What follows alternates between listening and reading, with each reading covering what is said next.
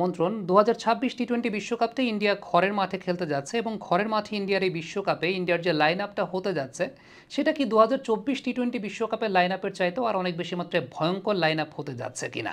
কারণ যে নামগুলো সামনে এসেছে বা আমরা গেস করতে পারছি যে প্লেয়ারগুলো খেলবেন 2026 টি-20 ওয়ার্ল্ড কাপে তারা আরও অনেক বেশি মাত্রায় অ্যাটাকিং, তারা আরও অনেক বেশি মাত্রায় ডমিনেটিং নেচারের, তারা আরও অনেক বেশি মাত্রায় টি-20 ক্রিকেটের জন্য প্রমিনেন্ট কিনা সে ব্যাপারে একটা আলোচনা কিন্তু হতেই পারে। এবং ডেফিনেটলি মিচেল স্টার্ক একটা কথা বলেছেন সাম্প্রতিক সময় একটা সাক্ষাৎকারে যে India is the only national site যাদের সেই লাক্সারির জায়গাটা আছে যে on a very particular day তারা চাইলে 3টা ফরম্যাটের ক্রিকেটে খেলতে পারে 3টা ভিন্ন জায়গায়। সো কথা না পারি আসলে ইন্ডিয়ার 2026 বিশ্বকাপের লাইন আপটা কেমন হতে পারে আমরা যদি একটু সেই ব্যাপারে আলোচনা করে দেখেন। এটা আমি কেন বলতে পারছি কারণ ইটস অলরেডি এস্টাবলিশড। আপনি অলরেডি বলতে পারেন যে আসলে ইন্ডিয়ার কারা কারা 26 বিশ্বকাপটা খেলতে পারে টি-20, যদি না এবারের আইপিএল থেকে ওই লেভেলের কোনো পারফর্মারকে আমরা দেখতে পাই যারা তাদেরকে চ্যালেঞ্জ জানাতে পারেন। দেখেন একদম শুরু থেকে যদি শুরু করে অভিষেক শর্মা ওপেনিংয়ে এরকম ডেভাস্টেটিং ব্যাটার সাম্প্রতিক সময় ওয়ার্ল্ড ক্রিকেটেই খুব বেশি এসেছে কিনা। হ্যাঁ, আমরা জ্যাক ফ্রেজার ম্যাকগ্রাগের কথা বলছি বা সাউথ আফ্রিকাতেও আমরা দেখতে পাচ্ছি যে বেশ কিছু ক্রিকেটার নতুন নতুন এসএ টি-20-র মাধ্যমে উঠে আসছেন, but Abhishek Sharma being the most prominent one আমার কাছে মনে হয় যে ওয়ার্ল্ড ক্রিকেট একটা আধিপত্য বিস্তার তিনি করেছেন। জয়সওয়ালের কথা বলতে পারি, টপ অর্ডার আরও একজন ব্যাটার যিনি আসলে 3টা ফরম্যাটের ক্রিকেটই খেলতে পারেন এবং ইন্ডিয়ার পয়েন্ট অফ ভিউ থেকে টেস্ট ম্যাচ ক্রিকেটে তো অবশ্যই তিনি ভালো করছেন।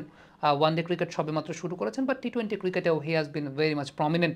সঞ্জু স্যামসন, আমি জানি না যে সঞ্জু স্যামসন সেই জায়গাটায় তার জায়গা হবে কিনা, নাকি এই আইপিএলের সুবাদে ঋতুরাজ গায়কোয়াড় সেই জায়গাটা জায়গা করে নেবেন, but Sanju Samson definitely century করেছেন বেশ কয়েকটা, সাউথ আফ্রিকার মাটিতে আমরা দেখেছি দুর্দান্ত পারফর্ম তিনি করেছেন, সব কিছু মিলে ফর্মে আছেন টি-20 ক্রিকেটের পয়েন্ট অফ ভিউ থেকে।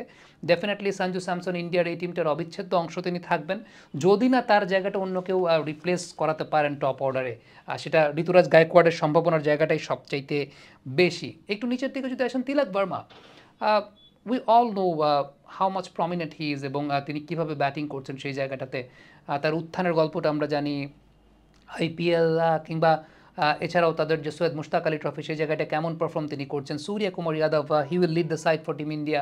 হার্দিক পান্ডিয়া আছেন আরও একজন সিনিয়র ক্রিকেটার, হার্দিক এখন সিনিয়র ক্রিকেটারই বলতে হবে, এই টিমটার সবচেয়ে সিনিয়র ক্রিকেটারদের মধ্যে তিনি। ঋষভ পান্ট, যদিও চ্যাম্পিয়ন্স ট্রফিতে সুযোগ তিনি পাননি, বা টি-20 ক্রিকেটে তিনি মূল কাণ্ডারির ভূমিকায় থাকবেন। ঋষভ পান্টের সঙ্গে Rinku Singh.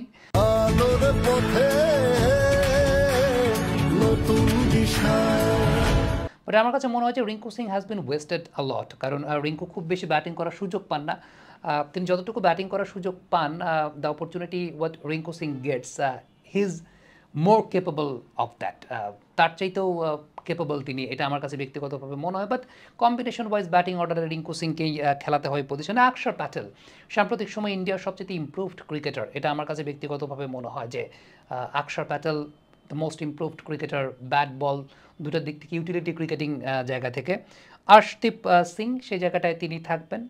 Varun Chakravarthy, no doubt about that, Varun Chakravarthy world র্যাঙ্কিংয়ে লিডিং পজিশনে থাকবেন সেটা আমি বিশ্বাস করি, আমার বিশ্বাসের জায়গা থেকে। জসপ্রীত বুমরা যদি ফিট থাকতে পারেন, Jasprit Bumrah will be a very vital part. Kuldeep Yadav, Washington সুন্দর এবং সেই সঙ্গে মায়াঙ্ক যাদব, এই বোলারটা হতে পারেন ইন্ডিয়া টিমের এক্স ফ্যাক্টর টি-20 ক্রিকেটে যদি তিনি ফিট থাকেন। পেস রয়েছে, 155-56 কিলোমিটার প্রতি ঘন্টায় বোলিং করতে পারেন। You never know, he can reach the mark of 160, সেটা তিনি করতেই পারেন কোনো একটা সময়।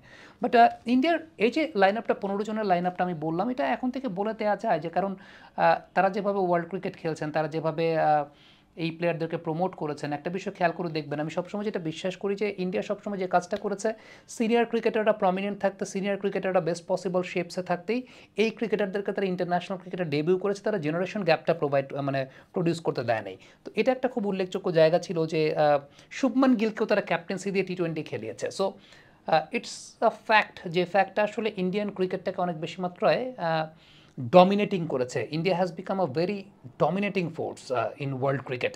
এটা তাদের ইনফ্রাস্ট্রাকচারের জন্যই আসলে সবচেয়ে উল্লেখযোগ্য বিষয়। The amount of game they play এবং যে পরিমাণ ক্রিকেট তাদের দেশে হয়, এই জিনিসগুলো আসলে কেন বলি, এগুলো আমাদের দেশের ক্রিকেটে সিমিলার কাইন্ড অফ অর্থনৈতিক ব্যবস্থা, সিমিলার কাইন্ড অফ ফ্যাসিলিটিস যেটা ইন্ডিয়া একটা সময় ছিল। ইন্ডিয়ার ক্রিকেটের আপগ্রেডেশনটা কিন্তু খুব বেশি দিন হয় নাই। রাহুল দ্রাবিড় একটা ভিশনারি পরিকল্পনা দিয়েছেন, আফটার দ্যাট তাদের এইজ লেভেল থেকে শুরু করে সব কিছু একটা জায়গায় গিয়েছে। সো ফ্যাক্টর জায়গাটা ওইখানে যে আমরা আসলে এইচ লেভেল ক্রিকেট বা ওই পর্যায়ের ক্রিকেটের প্রতি কতটুকু ইনভেস্ট করতে পারছি সেটা একটা খুব গুরুত্বপূর্ণ জায়গা, যেটা ইন্ডিয়া আসলে অনেকাংশে এগিয়ে গেছে। এবং বলতেই হয় যে 26 টি20 ওয়ার্ল্ড কাপে হয়তো বা প্রবাবল লাইন আপটা আমি এখন থেকে আপনাকে দাঁড় করিয়ে দিতে পারি, এবং হয়তো বা এই লাইন আপে ইন্ডিয়া খেলবে যদি না এর মধ্যে নতুন প্লেয়ারদেরকে আমরা ওইভাবে দেখি। কমেন্ট বক্সে আপনাদের মন্তব্য মতামত জানতে চাই।